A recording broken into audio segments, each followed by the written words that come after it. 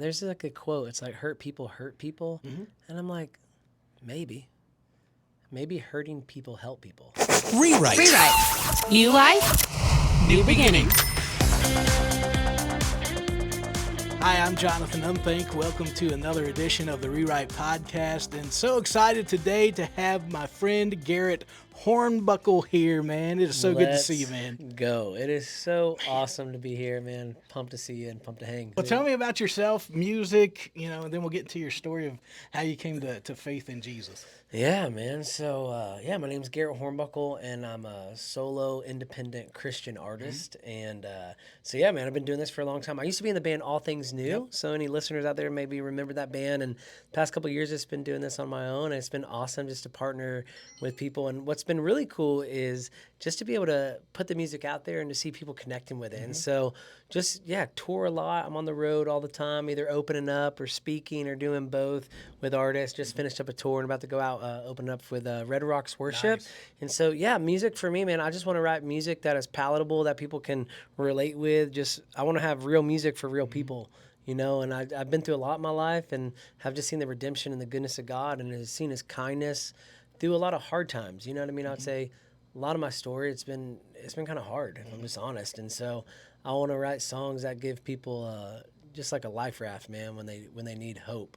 And I think that's what Christian music does, right? I feel like it's like a life jacket when you feel like you can't tread water anymore. It's like you just put that jacket on and just kind of keeps you afloat for a while, man, until you get to shore. Able to take a deep breath. Yeah, and just then in the moment. Yeah, and then you're able to get connected to community or connected to a local church and connected to your people, which I think is so important. Yeah, man. So my music, it's like I'm from the South. I'm from born in Nashville, but live in Florida now. So it's got like some country roots, some like swampy, rootsy stuff, man. Stuff that's like kind of always been really true to who I am. And so I just love to be able to. I think there's something powerful when we take the gospel and music and we put it together. I agree. What I It's, agree. oh man, it's so powerful. So good. Kind of hornbuckly. Hornbuckly. Hornbuckly. Yeah. What's your music sound like? Kind of hornbuckly. I like that, man. There's something there. I think honestly that might be the new T-shirt. Hornbuckly. It's kind of got a Christmas tune to it. All right.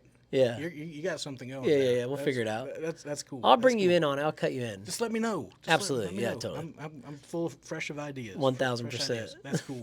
How'd you come to faith in Jesus? Oh man, how long? Like a therapy session. How long is this podcast? We got a couple hours. Man, I still feel like I'm coming to faith in Jesus. Man. You know what I mean? It's daily. I feel like faith for me it's a daily walk. It's a daily journey. And, but so like I said, I was born in Nashville. My mom and my biological dad, they split when I was about 2 years old. And then my mom remarried to my stepdad, who I considered my dad. And, if I'm honest, growing up wasn't the easiest. It was kind of hard.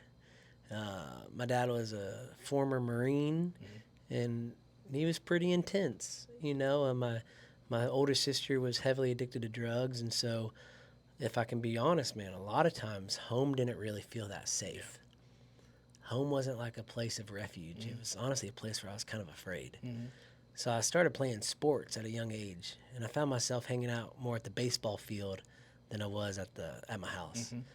And I remember a lot of times I'd walk home and I'd see my dad's truck in the driveway, and I'd just keep walking because I was just kind of scared to be home. And cops were kind of always in and out of our house dealing with my sister and arresting her. And, she's actually in prison today, but praise God, she's clean, and she's watching church on an iPad that they give her. Wow. So talk about just seeing just some redemption there is pretty great. beautiful.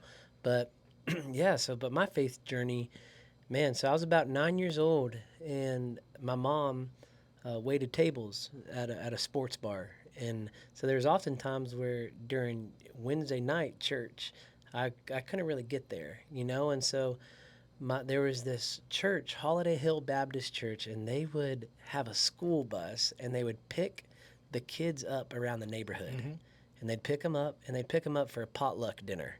If you don't know what a potluck dinner is, it's you know what a potluck dinner is? Man. Yeah, covered dish, Yeah. Yeah, you're eating some sort of casserole.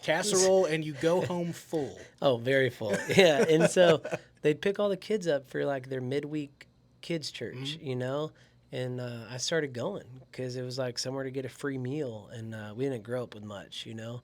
So they'd pick us up in this school bus, which now I look back, I'm like, I got 3 kids. I'm like, I don't know if I'll let my kids get on that school bus, Yeah, you know. yeah, yeah. But it was crazy time in the '90s, you know. So, but yeah, I started going there, man. I just found like safety. I found hope. I found community. I found a place where I belonged, and it was in the church. And so I gave my life to Jesus when I was 9. Honestly, I think I was more afraid than anything, if I can be real. I was like that kid that was like, if you want to give your life to Jesus today, raise your hand and come get baptized. Dude, I kept raising my hand every week. Oh, yeah, I'm yeah, like, yeah. I want to go to heaven. Yeah, I want to yeah. go to heaven. I Yeah. want to go to heaven. Obviously, I realize now, what salvation really Yes. looks like and means. But yeah, so through that, we moved. We just moved a lot, man. Rent would rise every year, and we moved a whole bunch of times. And my stepdad and my mom ended up divorcing when I was about 14. And however, even though they divorced, my stepdad, who I called my dad, he still stayed in my life every day. Every day he still stayed in my life. And I believe the Lord was working on his heart and was working on my heart to forgive him, and just some intense family dynamic, And we moved to Central Florida. And through that, I got connected to a Christian school. And through this, you didn't know you were getting a movie when Oh, you man, asked me this this is good. question. This is All good. right, I just want Yeah. to make sure. So I'm getting there. All right, y'all hold on here. My life is like a Lifetime movie. It's a lot of layers to the onion. And and so we moved down to Central Florida, and I got connected to a Christian school. And through this Christian school, well, they were connected to a church. And through this church, they had a youth group.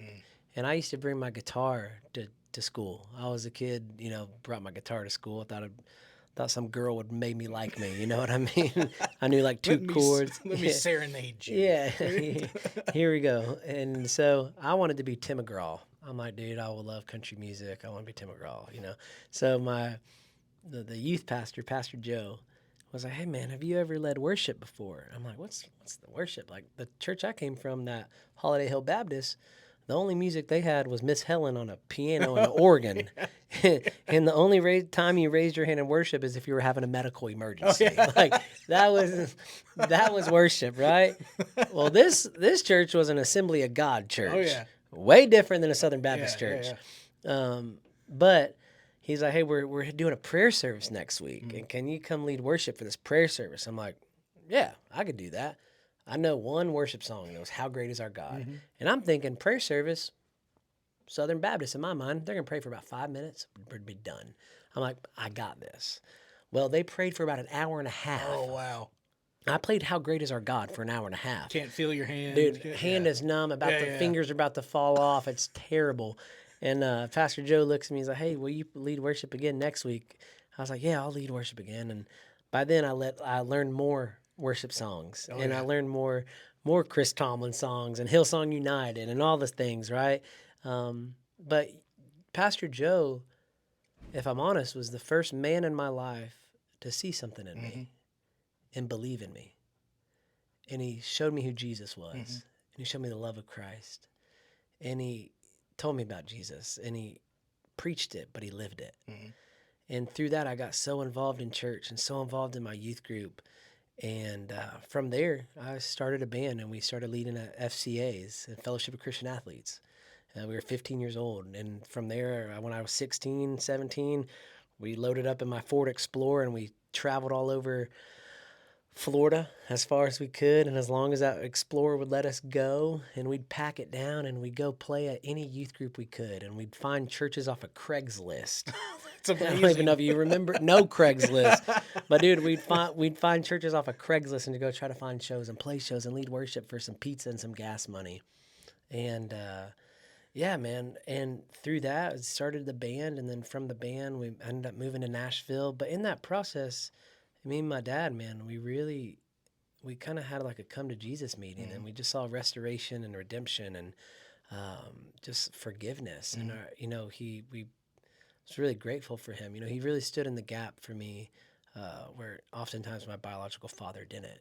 And so he, just meant so much in my life. And moved to Nashville. All Things New was born. We signed a record deal and did that for a lot of years. And then, about 5, 6 years into living in Nashville, my band quit. I was previously engaged, and that fell apart. I had nowhere to go. I had nowhere to live. I was homeless for like 3, 4 weeks, living on a buddy's couch, and I didn't know what was going to happen. I lost everything like in 2 days. And so when I say my faith, what's my faith story? It's like, buckle up, because it's like it just walking with the Lord. We can trust Him, but we don't always it's not going to be this beautiful, like perfect picture. I love when Jesus says in Psalms, it's like, "You are a light unto my feet and a lamp unto my path." And it's like, man, that's just like a little oil lantern with enough light to illuminate our next step. Yep. And so from there, got reconnected with my wife and Danielle, and we got married after kind of that whole situation kind of fell apart, and moved down to Florida, and I took some time off the road and stopped doing music. I was done. I didn't think I'd do Christian music again. I thought, I was like, man, this is probably not for me. And was a worship pastor at a church for a while. And then a couple years into that, me and my wife were like, I just feel like the Lord has something to say and something to do, And so we moved back to Florida, and I started touring again full time. Wow. And we had our daughter Ella, then we had my boy Walker, and then our son Wyatt was born a couple years ago, and we've gone through a lot of medical stuff with him, just a ton of medical journey, and it's been a hard 2 years. So that's why I say, man, my faith journey, it's been tough. Even 2 weeks ago, I ended up losing my dad very suddenly and very tragically and pretty traumatic, the way it happened. And so, so I just to encourage anyone on your faith journey as you're listening to the podcast, know that it's a marathon, not a sprint. You know what I mean? And that the Lord is good and He is kind. And so I would say my faith journey in one word would be redemption. And I'm just seeing that right now. Just seeing His redemption and His hand on my life, and allowing me to keep making music and, do it the right way now. Well, just His faithfulness throughout every season. Yeah. I mean, you've told us just the story from being a little boy, and then you see God's hand there leading you to the church. Yeah.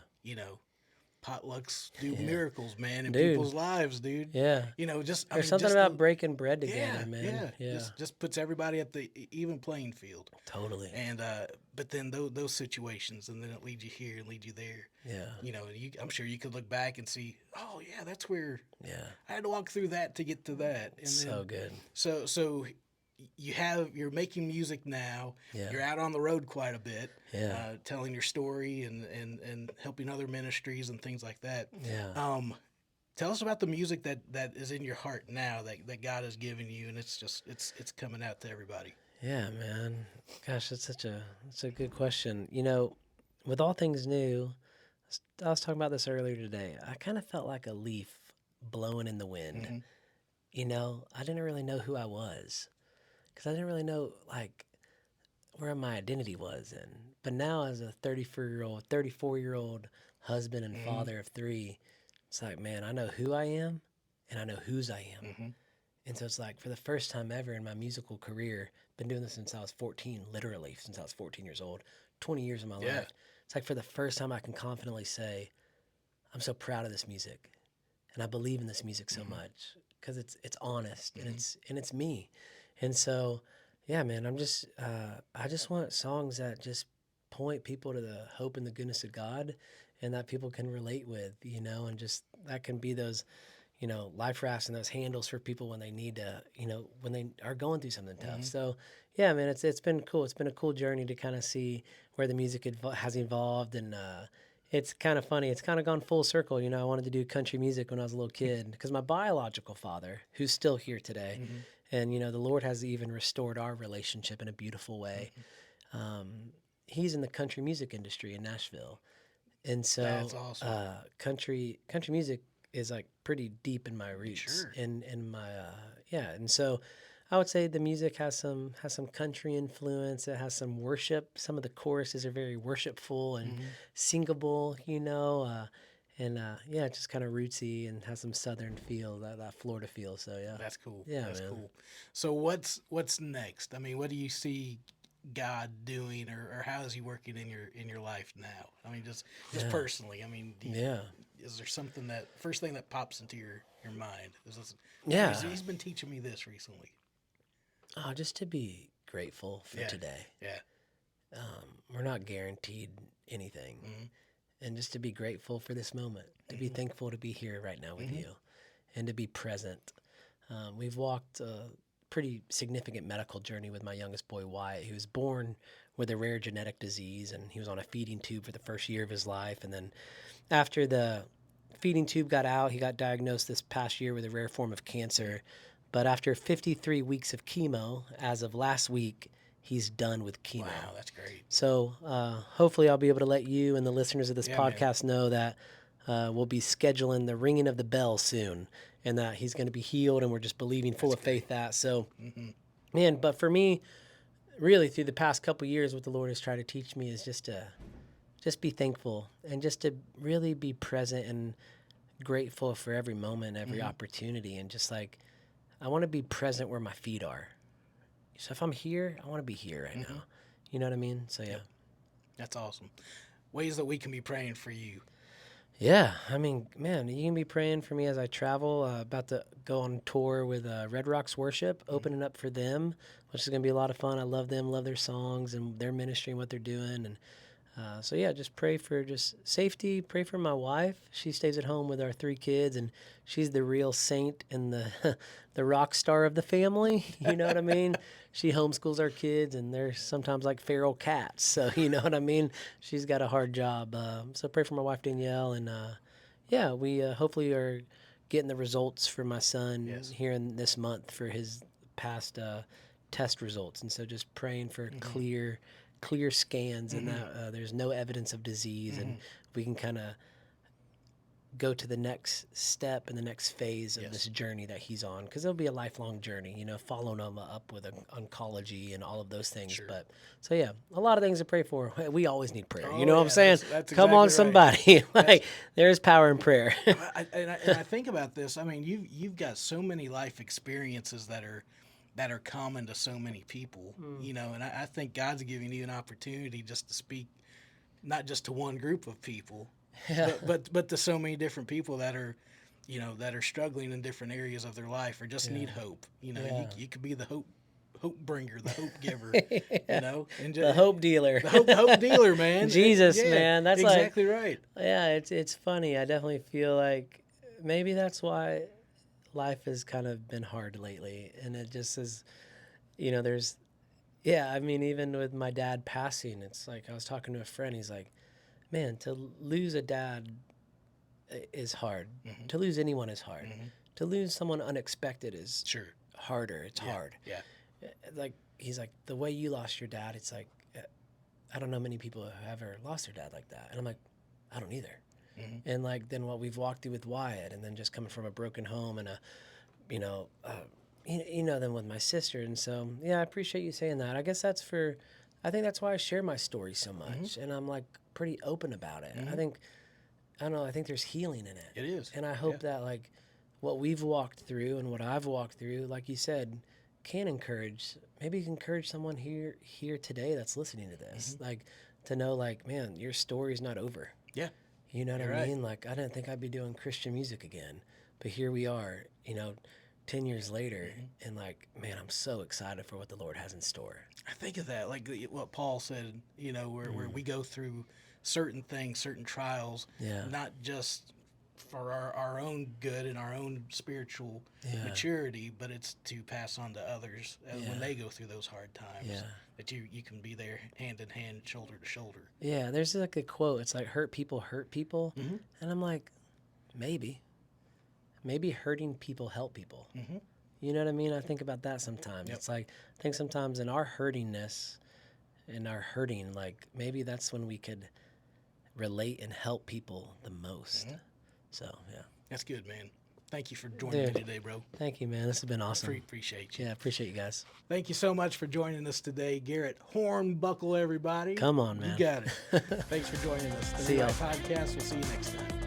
This is Rewrite, Stories of New Life in Jesus. I'm Jonathan Unthank. If you'd like to join a community of listeners who enjoy hearing the life stories of Christian music artists and influencers, then join the Rewrite text group by texting the word Rewrite. That's REWRITE to 81891. But more importantly, if you'd like to dig deeper into your own relationship with Jesus, you can begin that journey today by texting his name, Jesus, to 81891. God bless you. Join me next time for another episode of Rewrite.